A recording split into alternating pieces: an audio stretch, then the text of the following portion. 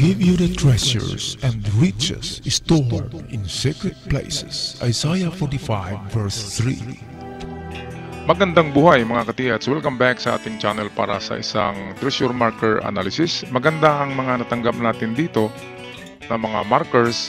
Pero bago tayo magpatuloy, subscribe nyo muna ang ating channel para palagi kayong updated sa mga bagong uploads at sa aking mga avid followers, of course. Shout out muna tayo. Shout out tayo kay Bonifacio Manuel, Chris Awili, kay Nicole Ipaldes. Shout out kay Alexander Hubay, kay Kawan Heart TV, Gustavo Riondanga. Shout out din kay Cirilo Jaom, kay Glenn Mario, kay Intensity, June Talks, Robert Cabonilas, kay Cyrus. Shout out kay Hyacinth Ocfimia, Desiderio Lamsin, Rublin Lopez, Victor Macabio, Ronnie Lucas, Rodel Carduna, Obligado, Jero Mendoza, and lastly shout out kay LJB Misor, kay Kawan Heart, Brinda Giango, Carlo Labrador, Edel Borga, kay Yanong, kay Asi Oy Nasdi, kay Princess King, at sa mga hindi nabanggit na pangalan. Shout out sa lahat. Tayo na ngayon magpatuloy. Magandang buhay sa lahat. Ito yung padala sa atin na marker for treasures. Sa palagay ko ay man-made ito kasi sunod-sunod yung pagkagawa ng butas. Ito yung natagpuan ng ating katiyats. Ganito yan kapag naka-side view at nasa ibabaw yung 6 yata na butas yun. Kung ang titingin nito ay itong baguhan pa lamang, baka sabihin na ito'y nature lang kasi butas-butas lang siya, pero ang sequence kung titingnan natin ay man-made at meron ipahiwatig na kahulugan. Okay, so man-made or natural, atin talaga ito susuriin ng maigi mga katiyats, kasi ang Hapon ay tinatago nila yung sign na gumagawa sila ng mga sign na parang natural para hindi gaanong mahalata. Kaya kailangan ng mga matang mapanuri. Ito lang ang pag-asa ng ating mga katiyats diyan sa kabundukan na medyo mahirap ang buhay. Kaya atin sila tutulungan at pagbigyan na titingnan kung ito ba'y mayroon o wala. Pero hindi tayo magsasabi na wala. Kailangan positive palagi tayo mga katiyats. May kasabihan na God moves in strange ways. Strange ways. Ibig sabihin, kahit walang ginto diyan ng Yamashita, pwedeng lagyan ng Panginoon ng ginto yang bato kung gusto niya. Walang imposible. Di ba? Kaya kahit medyo natural pattern, ay ang Diyos na ang bahala diyan. Okay, so islanting siya mga katiyat. So sa islanting na marker, dalawa ang possibility. Pwedeng pababa o pwedeng papunta sa itaas. Okay, so tingnan natin balik yung mga bilog. Ito.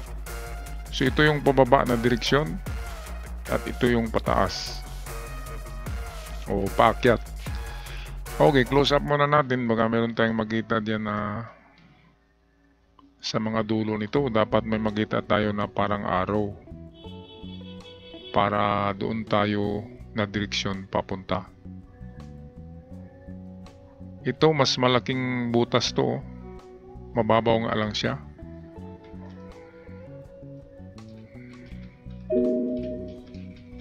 Okay, so wala tayong nakitang arrow na magtuturo. Ang hugis rin ng bato ay rectangular. So dito dalawahan talaga ang direksyon natin pag ganito.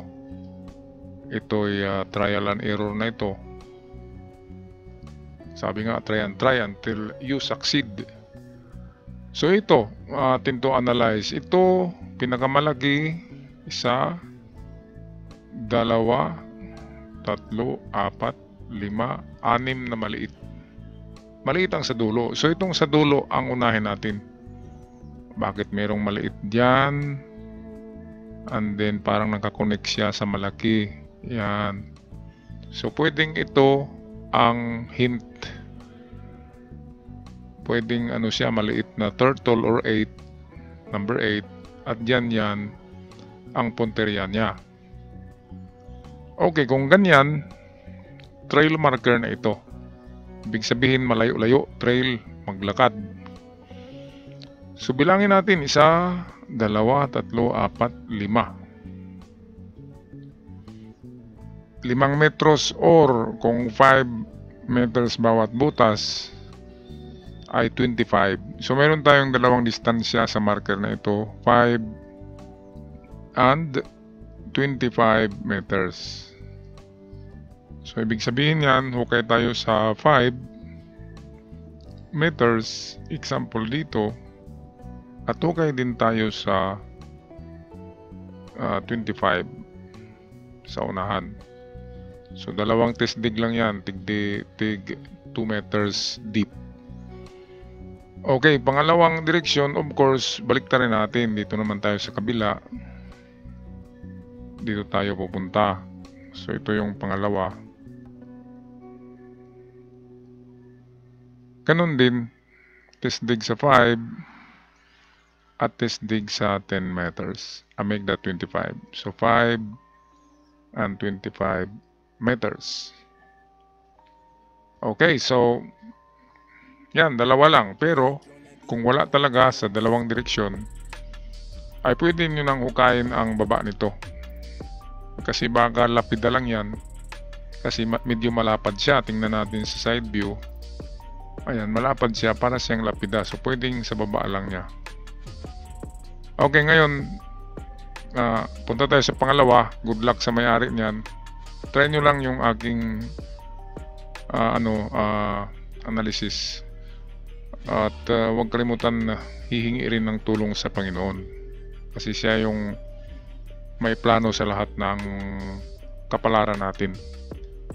Okay, so ito naman, ibang may-ari nito, para siyang ulo ng kobra. Ayan na naputol. Ito yung bibig, oh. At medyo may kalakihan ng bato kasi yung detector ay nandito. Maliit lang tingnan. Parang Mine Lab na itsura ang detector na yan. Okay, so ito, dalawa lang ang direksyon nito mga katiyats. Itong nasa gilid niya, itong mga dot, sa tingin ko natural lang yan kasi dito makikita rin natin, oh, ito, ayan, nagkalat yung mga natural dots. So ito natural din tong crack. Ang bigyan lang natin dito ng kahulugan ay itong ulo niya kasi parang nga siyang parang kobra na nakatingin pa itaas.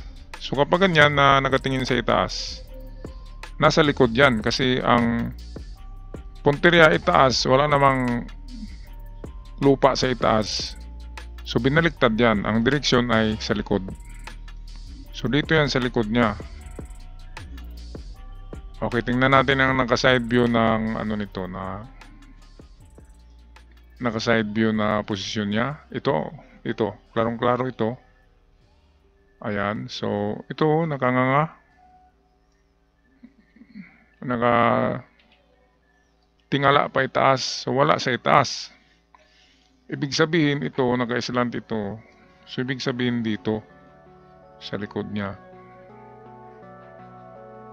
Ayan, testig kayo dyan mga katiyad sa likod. Yan ang pinakauna. Dumistansya lang kayo dyan, 3 meters likod.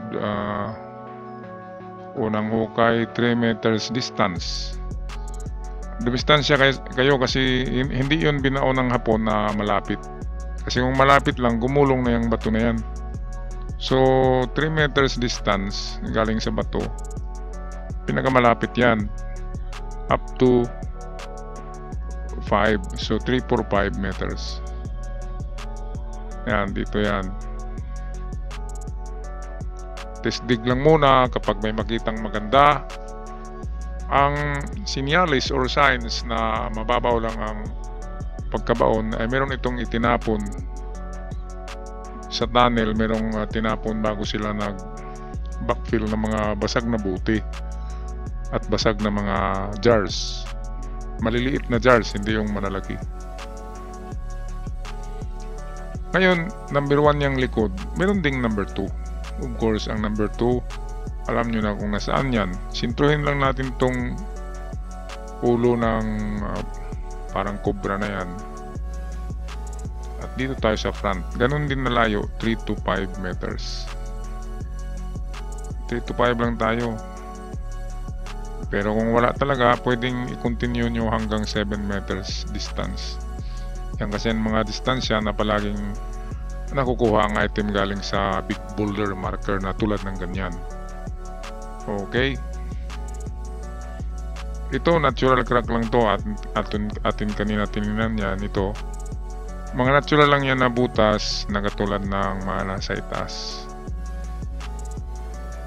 Okay, so maraming magsabi na nature pero merong mga marker or parang natural pattern na bato na merong laman. Kung narinig nyo yung mga recovered treasures inside the rock, ganito na mga itsura na bato. Yung kakaibang hugis pero walang mga marka. Kaya hindi tayo mag-suspetsa na merong laman. So pwedeng pangatlong ano niyan, kung wala talaga sa front at back, wala sa kanyang likod at front, pwedeng ang bato ay may laman kasi malaking bato yan. So yan ang ating number 3. Okay, ang mga Hapon ay hindi yan nagbabaon na masyadong mahalata. Kaya nga kinakamuflage nila ang treasures. Katulad niyan, parang ano lang tingnan, natural na bato. Pero hindi natin alam na merong laman yan sa loob. Ganyan sila kung magtago. Pero of course, malalaking bato yan ang nilalagyan nila, hindi maliliit. At sila lang nakakaalam ng mga counter sign kung saan, kung malapit ba o malayo. Pero sigurado ako, kapag may creek ito sa unahan diyan, sa kanan or dito sa kaliwa, or sa front, kapag merong creek, so isa na yan na nagsasabi na pwedeng legit itong marker nyo. Okay, so hanggang dito lang mga katiyats. Good luck sa inyo. Maraming salamat. Huwag kalimutan mag-subscribe din sa ating channel para palagi kayong updated sa mga uploads. See you on our next episode. Ingat kayong lahat. Paalam.